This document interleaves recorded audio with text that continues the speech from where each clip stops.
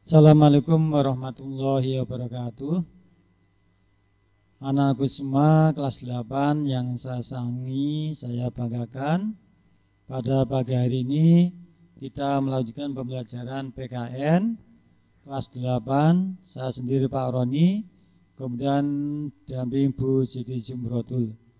Untuk kelas 8 yang menyampaikan materi seperti biasa nanti Bu Zumrotul, kelas 9 Pak Roni, kalau kelas 7 bergantian Bu Zum dan Pak Roni.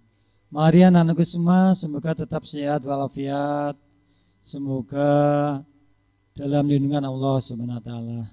Kita sebelum pembelajaran kita berdoa, semoga anak-anakku dalam pembelajaran ini cepat paham, dapat ilmu yang barokah manfaat.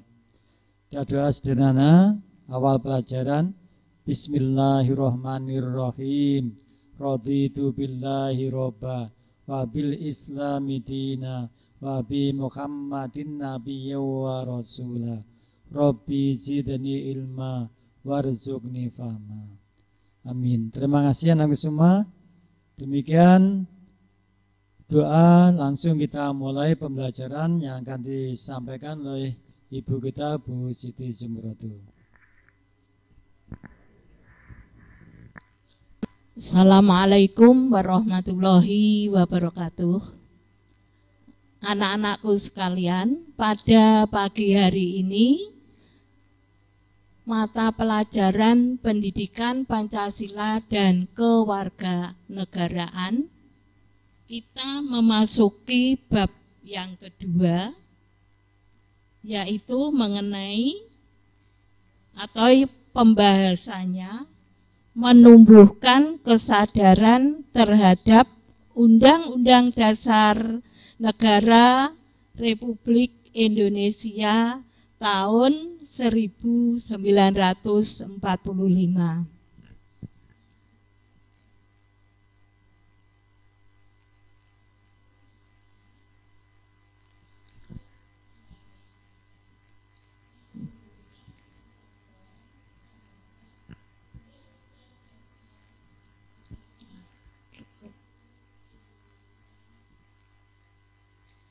Terus tujuan daripada menumbuhkan kesadaran terhadap Undang-Undang Dasar Negara Republik Indonesia tahun 1945 yaitu menghargai makna kedudukan dan fungsi Undang-Undang Dasar Negara Republik Indonesia tahun 1945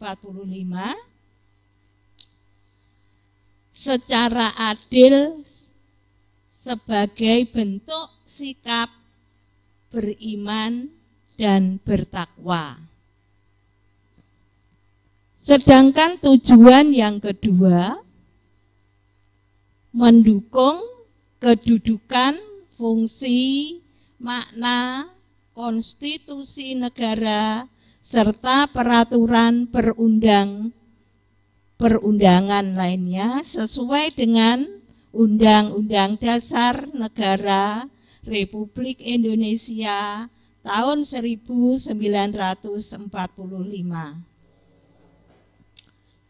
Yang ketiga, merasionalkan makna, maksudnya mewujudkan dalam kehidupan sehari-hari ya, kedudukan dan fungsi Undang-Undang Dasar Negara Republik Indonesia tahun 1945 serta peraturan hukum lainnya dalam sistem hukum nasional. Yang keempat, melaksanakan makna kedudukan dan fungsi Undang-Undang Dasar Negara Republik Indonesia tahun 1945. Sebelum membahas lebih lanjut, next.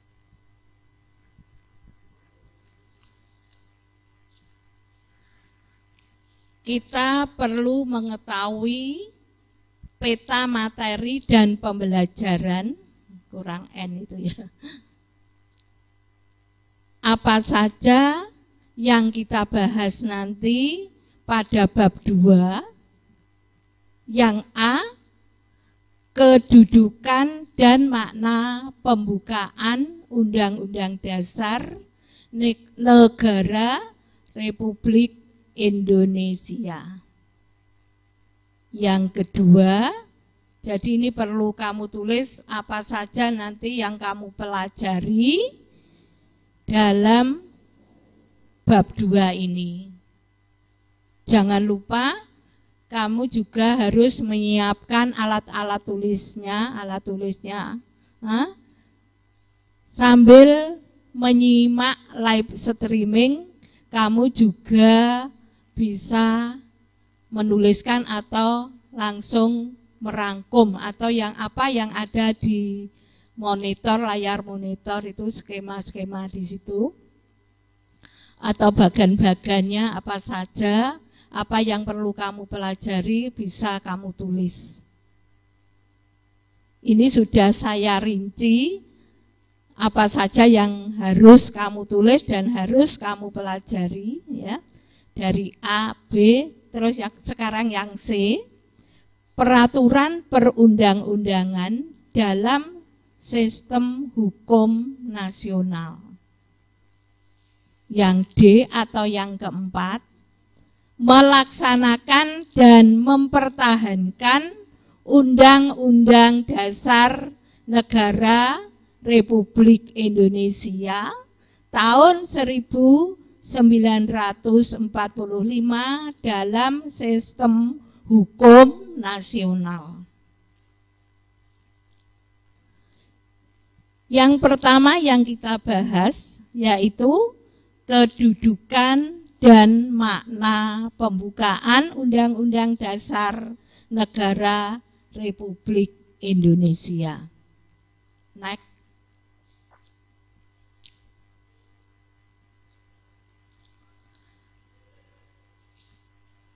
Makna pembukaan Undang-Undang Dasar atau Undang-Undang Dasar itu kalau di Indonesia yaitu Undang-Undang Dasar 45 ya khususnya, itu merupakan konstitusi. Konstitusi secara sederhana dapat diartikan sebagai suatu pernyataan mengenai bentuk dan susunan suatu negara yang dipersiapkan sebelum atau sesudah negara yang bersangkutan berdiri. Memang hukum dasar itu merupakan salah satu syarat negara itu berdiri. Konstitusi bisa tertulis maupun tidak tertulis. Yang tidak tertulis dinamakan konvensi. Jangan lupa ya, jangan salah menyebut ya. Kalau yang tidak tertulis namanya konvensi. Selanjutnya, kedudukan dan makna pembukaan. Ini yang kita bahas dahulu yaitu mengenai pembukaan Undang-Undang Dasar Negara Republik Indonesia tahun 1945. Itu ada 4 alinea.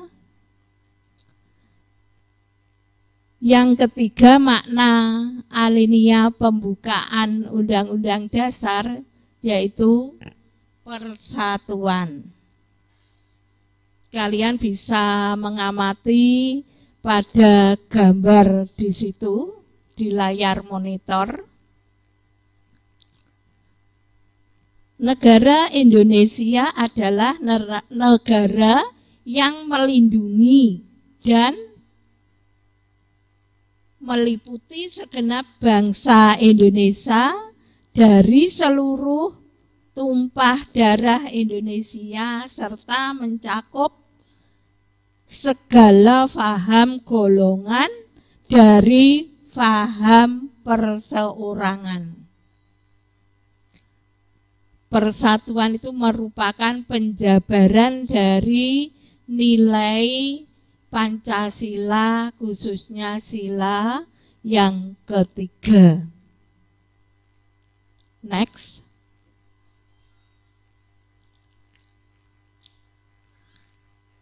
Makna alinea pembukaan Undang-Undang Dasar Negara Republik Indonesia, khususnya sila,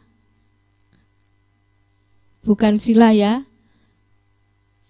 yaitu mengenai keadilan sosial. Maksudnya berarti meliputi nilai sila keberapa anak-anak? Ya, mungkin ada yang sudah punya jawaban, yaitu sila kelima. Betul apa enggak? Kalau tidak betul ya nanti, atau mungkin salah ya, bisa kamu lihat. Betul enggak Bu Yum ngomong, Bu Yum menjawab itu. Maksudnya keadilan sosial itu setiap warga negara Indonesia memiliki hak dan kewajiban yang sama dalam kehidupan bermasyarakat. Kalau dalam pembukaan itu sudah nilainya atau penjabaran dari Pancasila, sila demi silanya dalam pembukaan, itu nanti dalam pembukaan juga dijabarkan lagi dalam batang tubuh. Ini nanti untuk tugas ke depannya ya, kamu harus bisa mewujudkan atau di manakah nilai keadilan sosial dicantumkan di dalam Undang-Undang Dasar Negara Republik Indonesia tahun 1945. Next.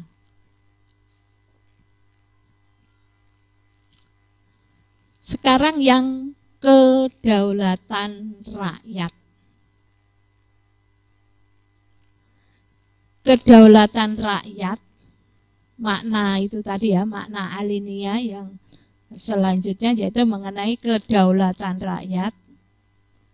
Negara Indonesia adalah negara yang menganut paham kedaulatan rakyat yang berdasarkan kerakyatan dan permusawaratan perwakilan.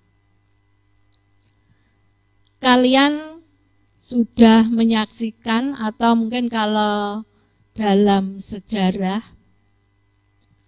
kedaulatan rakyat itu ada yang langsung dan tidak langsung ya. Yang langsung seperti sekarang ini ya, memilih presiden langsung, memilih gubernur langsung, wali kota ataupun bupati.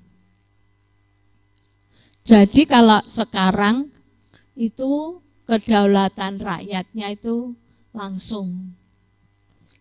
Maksudnya langsung yang mewujudkan atau yang melaksanakan rakyat. Kalau dulu itu pemilihan presiden itu yang memilih MPR dan DPR, tapi sekarang kalian atau rakyat langsung. Nanti kalau kamu sudah berusia 17 tahun ya, sudah punya hak pilih, itu bisa merasakan dari Undang-Undang Dasar 45 atau Undang-Undang Dasar Negara Republik Indonesia yang sudah diamandemen atau yang belum ya, itu nanti kita bisa tahu dari sejarah. Next.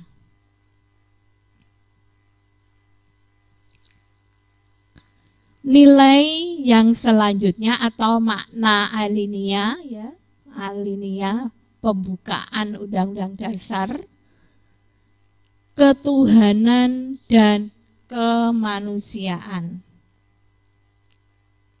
Maksudnya, negara Indonesia merupakan negara yang berketuhanan yang Maha Esa menurut dasar kemanusiaan yang adil dan beradab. Ini merupakan penjabaran dari sila yang pertama, ketuhanan yang Maha Esa. Negara Indonesia harus berketuhanan yang Maha Esa. Makanya bangsa Indonesia disebut sebagai bangsa yang religius. Setiap warga negara harus bertuhan. Maksudnya memeluk salah satu agama yang berlaku dan sah di Indonesia. Boleh Hindu, boleh Islam, boleh Buddha, boleh Kristen, boleh Katolik, dan sebagainya atau aliran kepercayaan. Itu nanti dijabarkan dalam pasal 29. Next.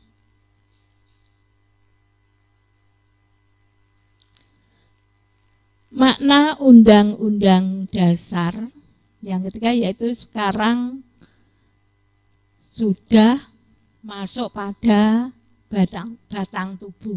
Tapi ini sedikit saja enggak. Soalnya setelah ini kan apa? Ada pertemuan sampai ke 4 pertemuan 1, 2, 3, dan 4 ya. Di situ tertera pembukaan. Nanti lebih jelasnya kamu buka buku Undang-Undang Dasar ya. Buku kecil itu loh ya. Kan di situ sudah ada pembukaan batang tubuh, baik yang sudah diubah atau belum, itu bisa kamu lihat dengan jelas. Alinea pertama itu isinya apa, kedua, ketiga, dan keempat. Yang intinya, Undang-Undang Dasar Negara Republik Indonesia tahun 1945 yaitu berisi 2 materi. Materi pengaturan sistem pemerintahan negara dan yang kedua materi hubungan negara dengan warga negara dan penduduknya. Next.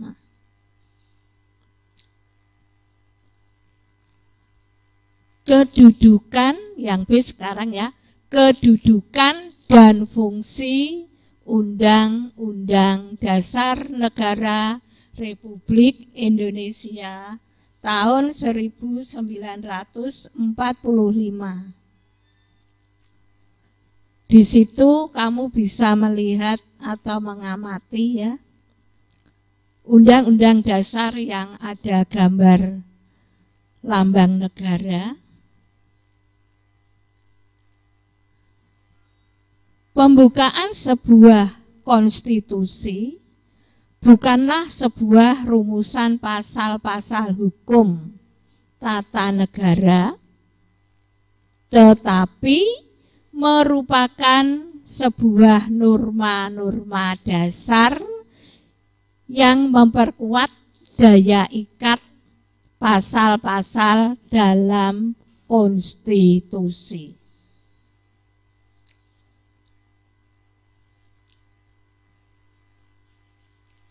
Kedudukan lanjutannya. Next.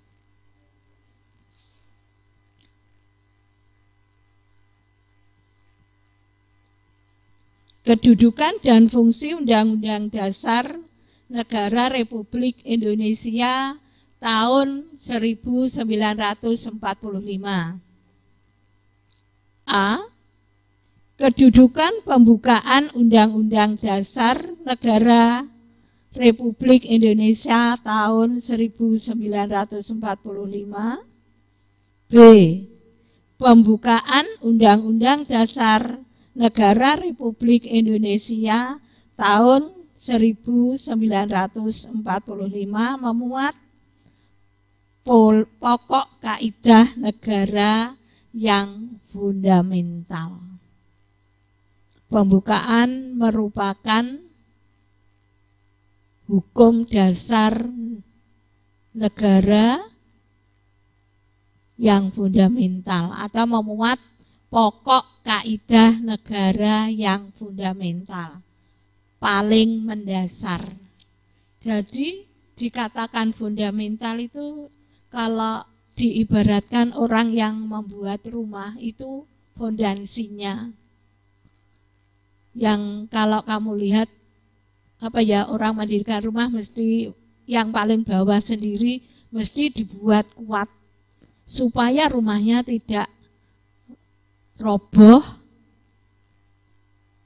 dan sebagainya, roboh atau bisa ada kayak angin lesus itu bisa roboh. Terus kedudukan dan fungsi Undang-Undang Dasar Negara Republik Indonesia tahun 1945 itu semua produk hukum di Indonesia seperti undang-undang, peraturan pemerintah dan peraturan presiden harus dilandasi dan bersumber pada Undang-Undang Dasar Negara Republik Indonesia tahun 1945.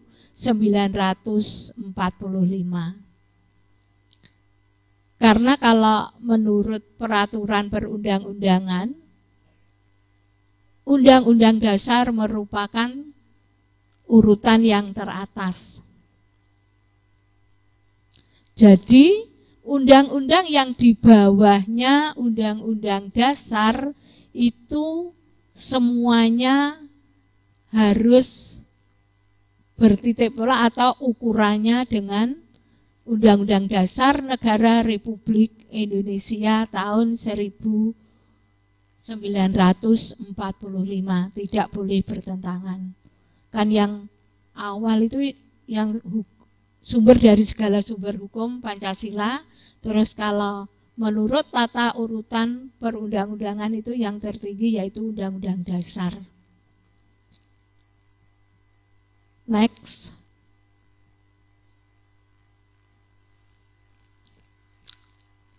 Sekarang yang sistematika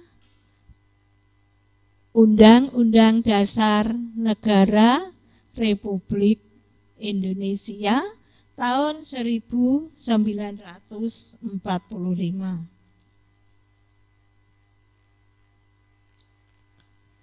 Pembukaan yang terdiri dari 4 alinea. Jadi kamu sudah jelas ya 4 alinea, alinea 1. Nanti kaitannya apa?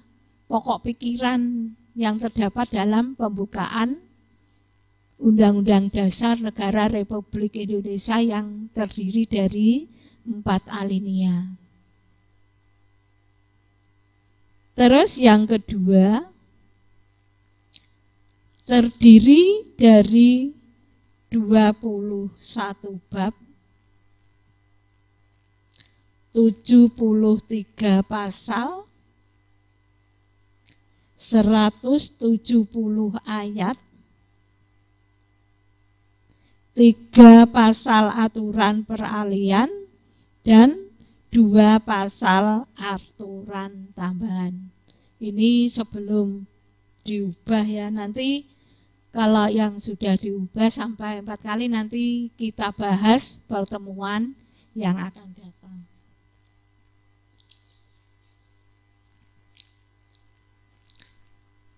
Sifat Undang-Undang Dasar Negara Republik Indonesia tahun 1945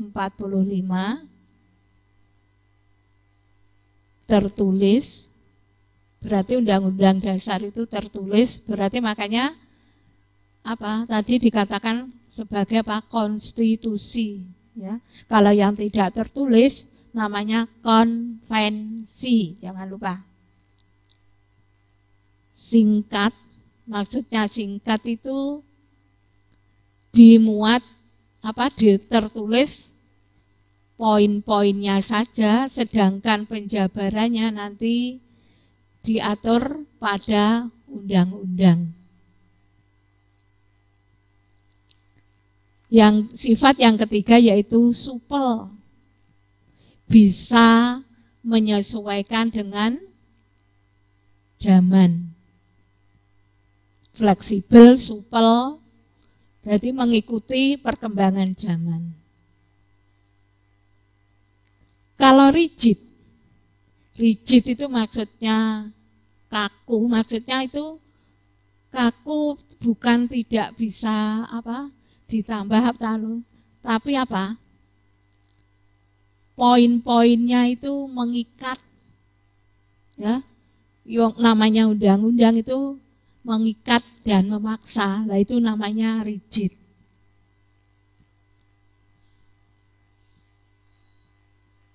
Terus sekarang lanjutannya, next.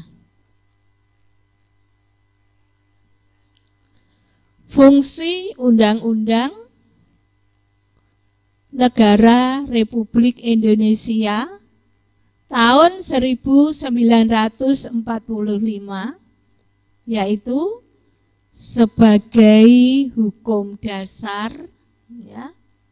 Saya bacakan saja dulu, nanti keterangannya ada di bawahnya. Sebagai alat kontrol, pengatur, dan alat penentu. Next.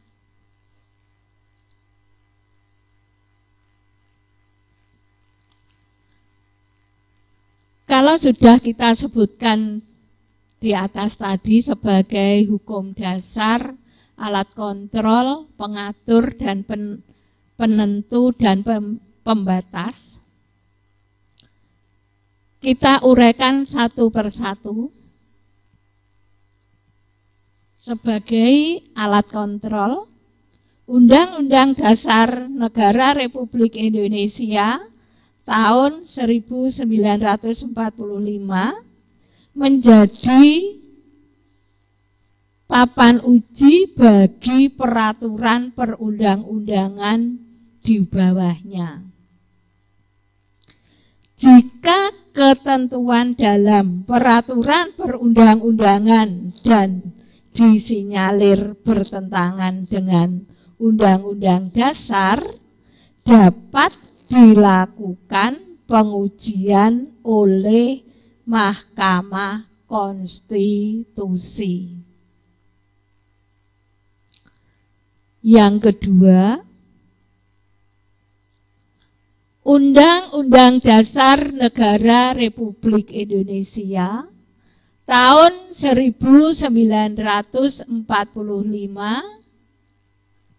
berperan sebagai pengatur dalam penyusunan, pembagian, dan pelaksanaan kekuasaan negara.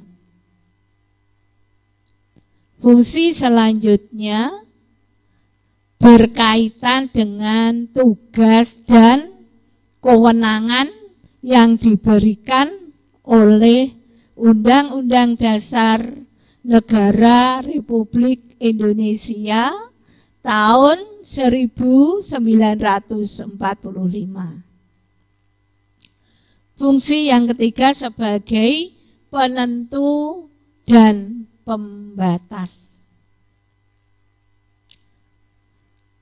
Sebagai penentu hak dan kewajiban negara, aparat negara, dan warga negara. Jadi di dalam Undang-Undang Dasar ini mengatur juga hak dan kewajiban warga negara, aparat negara, dan apa tugas warga negaranya.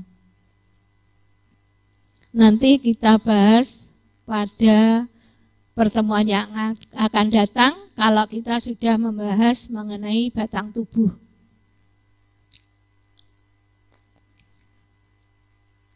Undang-Undang Dasar juga berfungsi membatasi kekuasaan sehingga penyelenggara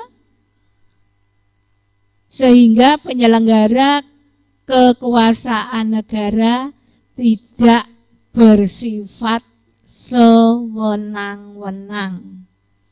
Jadi jelas ya fungsi undang-undang. Kalau yang sifatnya tadi apa itu tadi ya, ada rigid, fleksibel, supel ya. Sekarang kalau yang fungsinya itu ada 3 yang perlu kita jelaskan, yang perlu kamu mengerti. Kalau hukum dasar sudah kita bahas pertemuan yang sudah berlalu. Saya ingatkan anak-anak sebelum melanjutkan untuk tugas pertemuan 1 dan 3, tolong yang kelas 2 itu ditulis di kertas folio, dikumpulkan di rak kaca depannya multimedia. Saya pengen ketemu sama kalian semua. Ya. Mungkin kalau liburan panjang begini, anak-anak itu ada yang rambutnya disemir warna-warni. Nah, kan hari ini kamu kan masih pembelajaran, bukan libur. Kan ini live streaming langsung. Ya itu saja ya. Next, Mas.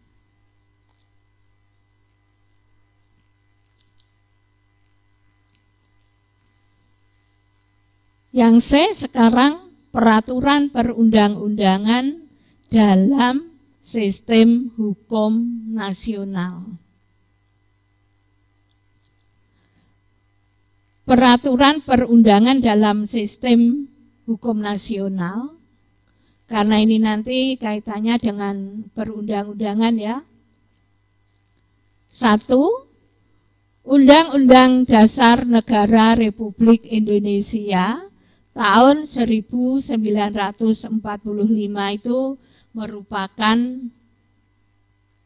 urutan yang teratas kalau dalam perundang-undangan sistem hukum nasional. Yang kedua itu ketetapan Majelis Permusyawaratan Rakyat atau disebut dengan TAP MPR. Ya, ini masih yang lalu ya. Masih dalam pertemuan pertama yang kita bahas yang awalnya saja atau yang lalu nanti nurut undang-undang nomor berapa dalam pertemuan yang akan datang. 3. Undang-undang atau peraturan pemerintah pengganti undang-undang, undang-undang atau perpu. Yang keempat, PP, peraturan pemerintah. Nomor 5, Kepres. Nomor 6, peraturan daerah atau perda. Perda itu ada provinsi, ada kabupaten atau kota. Ini nanti kita bahas pertemuan yang akan datang.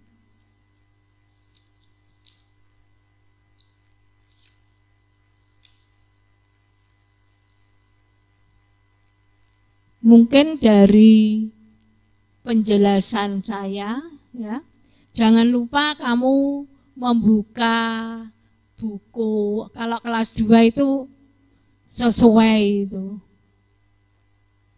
Sudah buku paket revisi. Makanya kamu buka bab 2 mengenai Undang-Undang Dasar ya. Kesadaran berundang-undang dasar itu tadi. Kamu buka bab 2,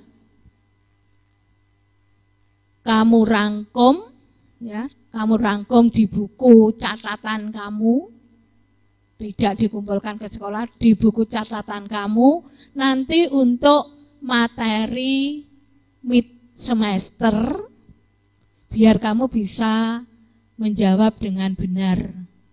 Kalau mungkin pada pagi hari ini ada yang tidak bisa menyaksikan live streaming, mungkin HP-nya bergantian dengan orang tua, nanti bisa kamu simak delaynya atau siaran ulangnya, apa saja yang sudah saya jelaskan. Nah, itu merupakan rangkuman dari buku paket ya. Buku paket yang sekarang saya jelaskan, yang sampai peraturan perundang-undangan saja saya singgung sedikit ya. Dari pertemuan hari ini saya akhiri dengan bacaan Alhamdulillahirabbil alamin.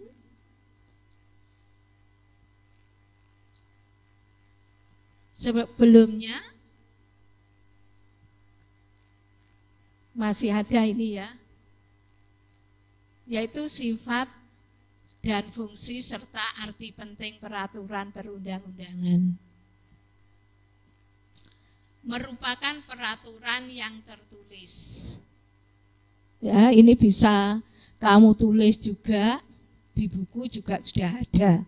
Tapi daripada kamu membacanya banyak ya, kan lebih baik ini sudah merupakan rangkuman.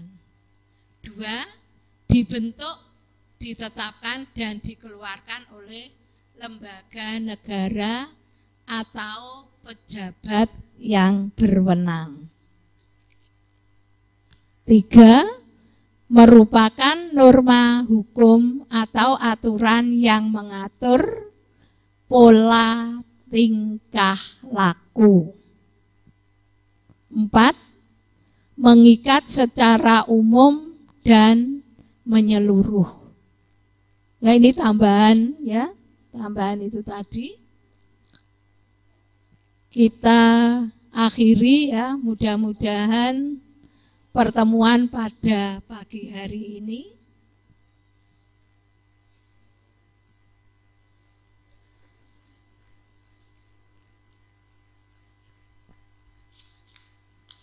ya, pada pagi hari ini kita bisa bertemu muka ya sebelumnya, tapi ini ada sedikit ya cara melaksanakan dan mempertahankannya undang-undang, nanti kita bahas pertemuan yang akan datang.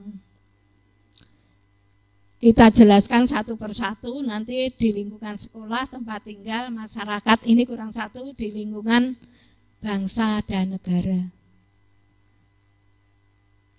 Saya akhiri sekian ya dengan bacaan Alhamdulillahirabbil alamin. Semoga apa yang kamu dapat hari ini bisa bermanfaat.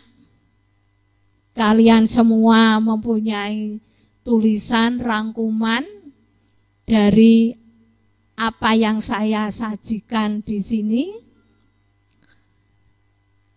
Dan tidak lupa kita bersyukur kepada Allah Subhanahu wa Ta'ala, pada pagi hari ini kita bisa menyelesaikan pembelajaran.